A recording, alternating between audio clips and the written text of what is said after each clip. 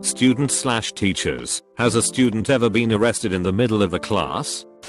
This one kid was a chronic troublemaker, nothing serious but just really disruptive and always thought he was funnier than he was. He was the guy that talked way too much and took jokes way too far. Worst he ever did was smoked weed in school all the time, but lots of us did. We'll call him Chris. One day, Chris brought a baggie full of oregano to class and starts flashing it to everyone. Kids are chuckling. He eventually gets caught. He tells the teacher it's oregano, but she's not having it. She calls down for the resource officer. The resource officer comes and takes him out of class. We're all saying they're gonna feel stupid when they find out it really is oregano. The story gets repeated to laughs throughout the day. Next day he's not in class. His friend comes up to me and says, "You hear what happened to Chris?" "Yeah, I was there. They took him out of class." "What happened when they found out it wasn't drugs?" "That's the messed up part. They arrested him." "What? For what?" "Possession of a fake controlled substance." "What?" "Yeah, apparently that's a thing." "No way." "Yeah, he's on probation and can't come back to school until next year." It's even funnier if you knew the kid. I'm sure it would never have happened to anyone else, but they were sick of his nonsense and finally found something to get rid of him. I don't know what happened to him after that. He never came back. Sorry for the long story, TL. Doctor at the bottom. For context, this happened in Middle America. I was a senior the year this happened. Most of the kids around here get into trouble because they are bored. There isn't much to do in these smaller towns. This one group of boys were notorious for doing extremely dumb things. For example, they all rode their four-wheelers to school and had a race on the track during school hours. They hadn't really done much that was truly worth much discipline. At most they got suspensions. They always made up their work while they were gone. Overall, they were decent enough kids. At least that's what everyone thought. One morning, I saw them being escorted to the principal's office in handcuffs. I wondered what they had done this time. The school had never needed to call the cops about something before. It wasn't until the next day that I found out what happened. Apparently, the boys weren't as sweet or harmless as we all thought. They had been sexually assaulting female students and blackmailing them into not saying anything. They filmed and took pictures of the assaults.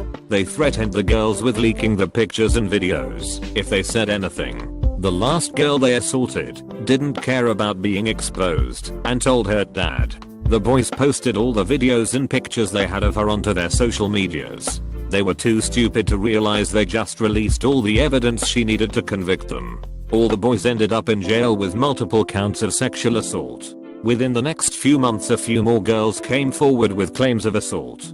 Their stories were corroborated by videos and pictures found on the boys' phones. It was a complete mess. Their whole school was thrown for a loop.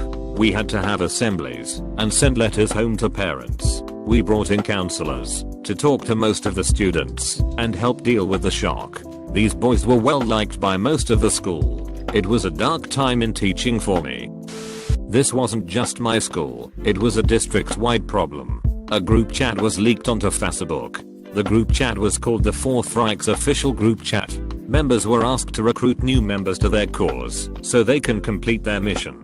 More than a dozen students from multiple schools were involved in posting rape memes, messages championing white power, and comments about wanting to kill black and Jewish people. The posts resulted in the expulsion of at least 5 students. A large group of the kids were arrested for terroristic threats. I didn't get to see much of the leaked posts, but some of my other students showed it to me. Several of the students didn't come to school for a couple weeks because they didn't feel safe. I just emailed them their work. It was chaos for a while, but once everything calmed down, most of the students came back. We did have a handful that were withdrawn from the district. The kids that were involved in the group chat that didn't get arrested were ostracized and eventually left the school. I teach 9th grade in an area where the student population was 45% black, 45% white, and 10% everything else. This is important to the story, I promise. One day, a massive fight breaks out in the cafeteria. I mean, every student in the cafeteria was throwing punches. It took a good 20 minutes to calm the room back down. The ambulance was called as we had several students bleeding. We dragged every single student left to the gym. so that we could ask them what happened. After talking to a few children, we found that 2 people had been the catalyst to the fight, one white boy and one black boy. We pulled them down and asked them separately what happened. The white kid refused to speak and said he wasn't saying anything until his dad got there. The black kid on the other hand was ready to spill the beans. He said that he found the white kid's second Instagram page and it was full of racist memes and videos of black people being beaten by white people. The black kid said he confronted the kid about the Instagram. The white kids apparently responded with "I can post what I want, you stupid n********" and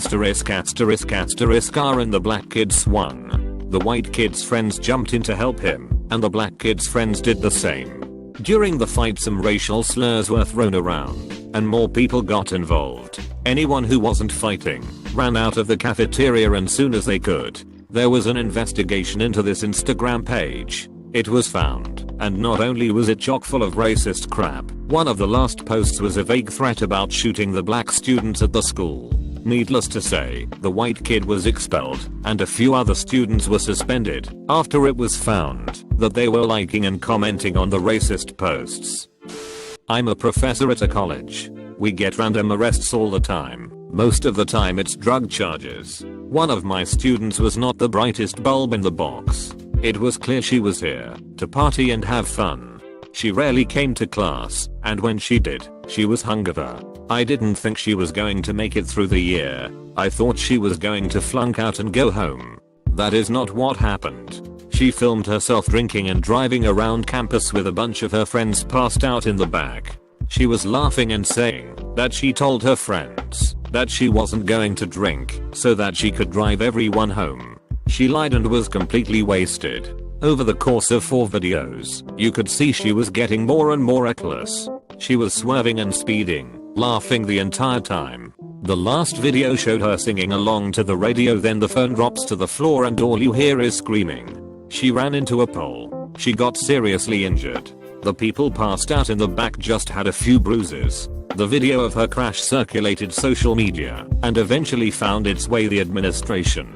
She was promptly expelled and charged with reckless endangerment. She, thankfully, made a full recovery. It was one of the dumbest expulsion/arrests I have ever witnessed in my 10 years of teaching. For some background, the principal at the school I work at is an absolute jerk. He has a Napoleon complex or something. He is often the butt of many jokes. One kid decided to make an Instagram page for all the pictures that people have made making fun of the principal. It was around for a while before it was discovered by the principal. He called an emergency assembly. He spent an hour yelling and telling the kids that this kind of behavior would not be tolerated. He basically wasted an entire hour of everyone's time because a bunch of preteens hurt his feelings. No one knew that he had called in the police to find out who it was. 2 days later, one of my top students was escorted out of the building in handcuffs. He was charged with harassment. This grown man ruined a child's life because he couldn't take a joke. It wasn't like the kids were being particularly vicious or anything. It was dumb little jokes that children tell. It was ridiculous. I didn't witness it, but happened in my school. An elementary school teacher called the school resource officer on a 7-year-old boy. He was upset and was throwing a tantrum. Nothing out of the ordinary for elementary school. Apparently, the kid had accidentally backhanded the teacher in the face. I teach the same grade as this woman. Kids flail about when they are upset. You learn to keep your face away from flailing limbs. The woman calls the SRO and tells him that the kid struck her. The idiot of a cop arrests the 7-year-old. Handcuffs, police car, and a ride to the precinct. I have never been more horrified. The kid's mother was called immediately and she met the officer at the precinct. The cop lost his job and the kid's mother pulled him from the school. The teacher was suspended without pay until they could figure out what to do with her. I was mortified. I had a classmate that was an idiot. He was the type that didn't know when to stop joking around. His practical jokes were nearly felonies. He just never learned where the line was and thought he was the funniest guy out there. One day we are sitting in econ and the police come knocking. They pull him out of class. A few minutes later someone sitting by the window called out that they were putting him in the car and he was cuffed. We were all instantly in an uproar trying to find out what happened. It wasn't until a couple days later that we found out. The guy had tricked a girl in another state into thinking they were dating. She sent him nudes because in her mind they were in a committed relationship. The guy sent the nudes to everyone in her school. She killed herself because of it. He was arrested for distribution of child pornography, harassment, and involuntary manslaughter. We had a huge assembly where they told us that if we sent nudes, that we could be charged with distribution. They gave everyone a stern lecture on being safe online and to not trust strangers. That guy was an absolute jerkwad that got what he deserved. Last I checked he was still incarcerated. He also still holds that he did nothing wrong, that it was just a joke according to his only friend that visited him. We have a lot of kids arrested for fights. Bunch of hormonal teenagers shoved into a small space. Fights happen. Most of the time they get a slap on the wrist and told not to do it again. The experience of getting arrested was usually enough to scare them into getting their act together. One boy though, he was an absolute terror. He was aggressive and always willing to pick a fight. We'll call him David. He had already been arrested once. We tried everything to calm this kid down. It all came to a head when David nearly killed another student. He was hitting on this other guy's girlfriend. He was being really aggressive and vulgar about it, making the girl very uncomfortable. The guy told David to knock it off, that the girl wasn't interested in him, and to leave her alone. David pounced on this poor kid and just started beating the tar out of him. It took 3 adults to pull this kid off. The other guy was on the floor bleeding profusely and not responding. Thankfully we have a school nurse, and she was able to keep the kid stable until the EMS arrived. David was escorted out in cuffs and never came back. He was charged with assault and attempted murder. I hope he never gets out. This was one of the saddest stories from my time teaching. I had a young girl who was clearly not in a great home.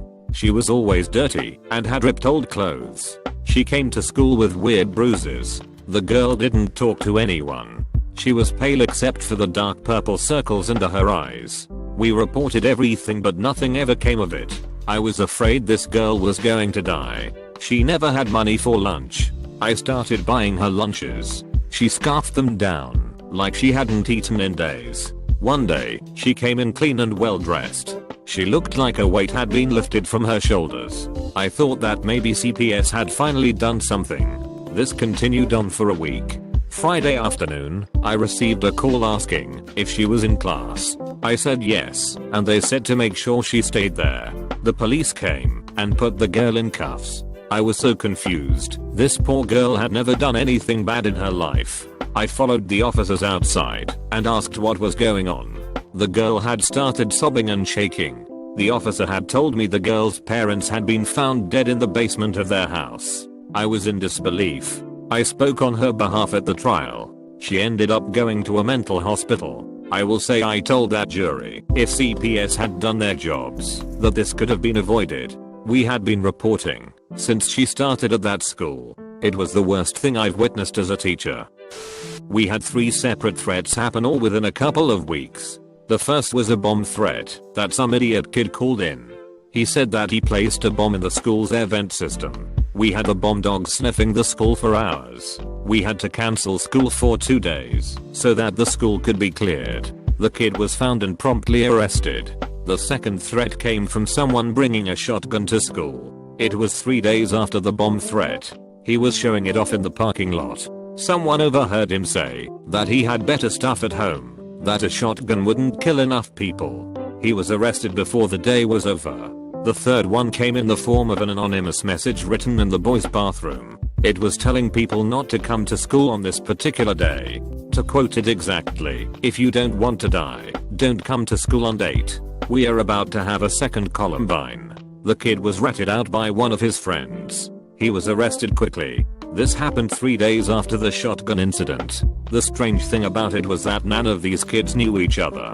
They were different grades, had different classes, and different friend groups. I don't know if the second 2 were just copycats, or if they had just all coincidentally planned this all for the same time. It was a wild couple of weeks.